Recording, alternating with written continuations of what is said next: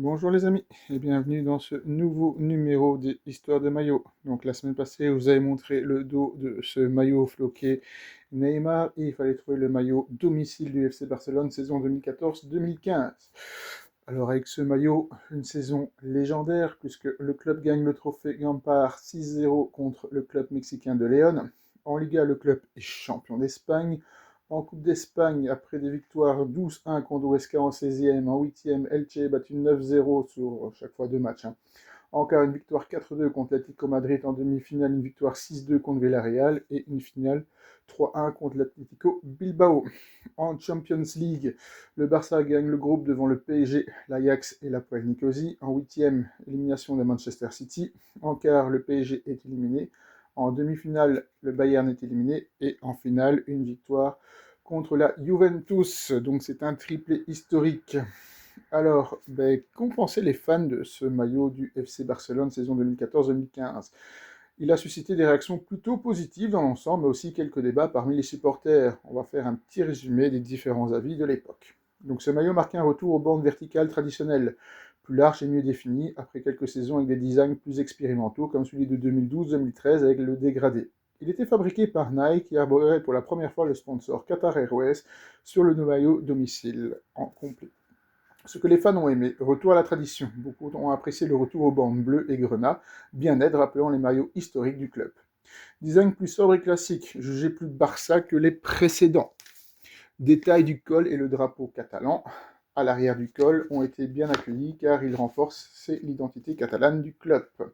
Association avec une grande saison, c'est le maillot du triplé, Liga, Coupe du Roi, Ligue des Champions sous Luis Enrique, ce qui a fini par lui donner une aura légendaire. Ce que certains n'ont pas aimé, présence du sponsor Qatar Airways, encore très critiqué par une partie des socios et fans car jugé contraire à l'éthique et à l'identité du club. L'aspect jugé trop Nike standard, certains trouvent le design un peu générique ou trop proche de celui d'autres clubs. Quelques critiques sur le col bleu foncé, perçu comme un peu trop massif par rapport à l'ensemble. En synthèse, à long terme, ce maillot est devenu très populaire grâce au succès sportif de la saison 2014-2015 avec Messi, Suarez, Neymar et leur apogée. Beaucoup de fans le considèrent aujourd'hui comme l'un des maillots emblématiques du XXIe siècle du Barça, autant pour le design classique que pour les souvenirs qu'il évoque. Alors, on va s'intéresser à 10 matchs mythiques du FC Barcelone, donc des histoires, des victoires légendaires, mais aussi des défaites marquantes sur différentes époques. On va commencer par le FC Barcelone contre la Sampdoria, 2-0, finale de la Champions en 92, lieu à Wembley. Premier sacre européen du Barça grâce à un coup franc légendaire de Ronald Koeman en prolongation. C'était la naissance de la Dream Team de Cruyff. Je me souviens honnêtement de ce coup franc. J'étais bien sûr pour le Barça quand j'étais petit, je n'aimais pas trop la Sampdoria, et quand j'ai vu ce coup franc partir et la rage de Koeman quand il a marqué, c'est un match dont je me souviens. Real Madrid-Barcelone 2-6, Liga 2009, une humiliation historique infligée par le Barça de Guardiola au Real. Messi en faux neuf pour la première fois, début de Henry, Messi et Piqué, un tournant tactique dans le football moderne. Barcelone-Manchester United, finale de Ligue des Champions 3-1, Wembley. Le Barça de Guardiola atteint la perfection, domination totale, but de Pedro, Messi et Vela. Je pense qu'on se souvient tous de ce but de Lionel Messi quand il saute, qui marque un but à Van der Sar. Sir Alex Ferguson avoue d'ailleurs, ils nous ont donné une leçon de football. AS Roma, Barcelone 3-0, Ligue des Champions 2018, quart de finale retour. Pourtant 4-1 pour le Barça au Camp Nou. Catastrophe à Rome, élimination sur la règle des buts à l'extérieur, défaite symbolisant la fin d'un cycle, phrase restée célèbre, Roma has risen from their ruins.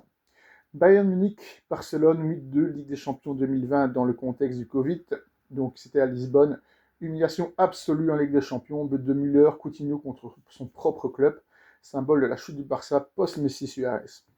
Barcelone, Paris Saint-Germain 6-1 2017. Après avoir été battu 4-0 à Paris, la remontada historique au Camp Nou avec des buteurs comme Suarez, Messi, Neymar, Sergio Roberto. La remontada, un des matchs les plus fous de l'histoire du foot. Alors je sais qu'il y a sans doute peut-être des supporters de Paris qui vont voir cette vidéo. Avec la remontada, on peut parler de l'arbitre, mais je revois parfois plusieurs vidéos, mais les Parisiens se sont fait dessus pendant tout le match. Ils se sont senti la pression, et tu peux pas perdre ce match en prenant 2 buts dans les arrêts de jeu, quoi. Donc peut-être qu'il y a une influence de l'arbitre, mais les Parisiens ont trop reculé et ont trop joué aussi à faire des fautes près du rectangle.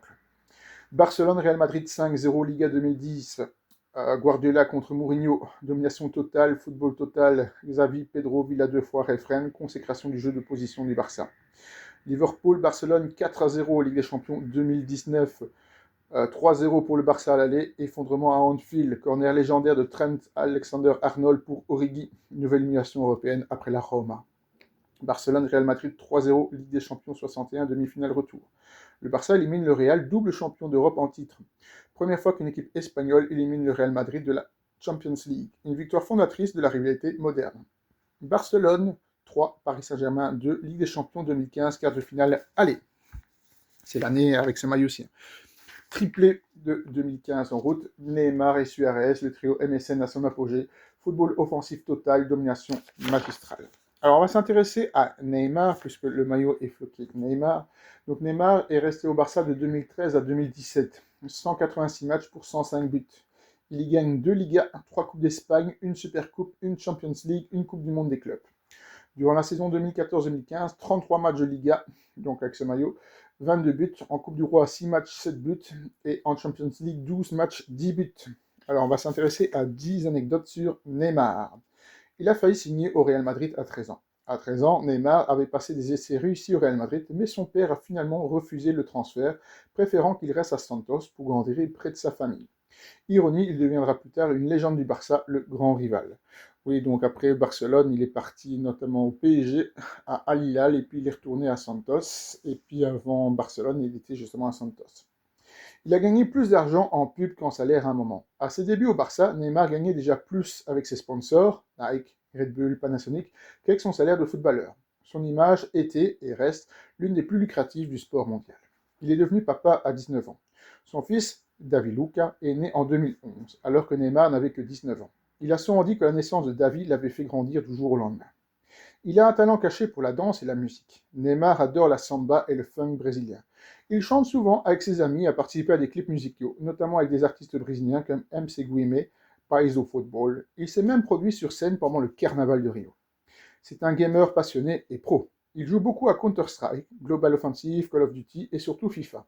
Neymar a même intégré des streams sur Twitch et a été vu jouant avec Ninja, le célèbre joueur de Fortnite. Il est très croyant. Neymar est chrétien évangélique pratiquant. Après la finale de la Ligue des Champions en 2015, il a porté un bandeau 100% de Jésus. Il attribue souvent ses succès à sa foi et assiste à des cultes avec d'autres footballeurs brésiliens. Il a failli perdre la vie en 2014. Lors de la Coupe du Monde 2014, en quart contre la Colombie, un coup de genou de Zuniga lui fracture une vertèbre. Les médecins ont dit qu'il avait été touché 2 cm plus haut et il aurait pu être paralysé à vie. Son absence en demi-finale, le fameux 1-7 contre l'Allemagne, a marqué les esprits. Il a une réputation de simulateur, mais il l'a assumé avec humour. Après la Coupe du Monde 2018, où ses roulades avaient fait le tour du monde, il a publié une pub autoparodique pour Gillette intitulée « Je suis tombé, mais je me relève toujours ». Une façon intelligente de tourner les critiques en dérision.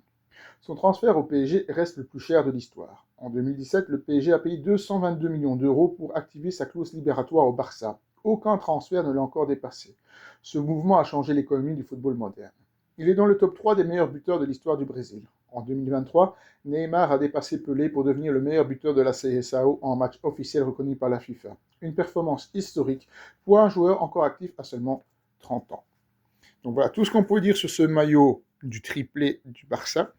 Voilà le maillot que je vous propose la semaine prochaine. Alors, est-ce que vous avez une idée du club et peut-être de l'année? Voilà, à la semaine prochaine pour de nouvelles histoires de maillots.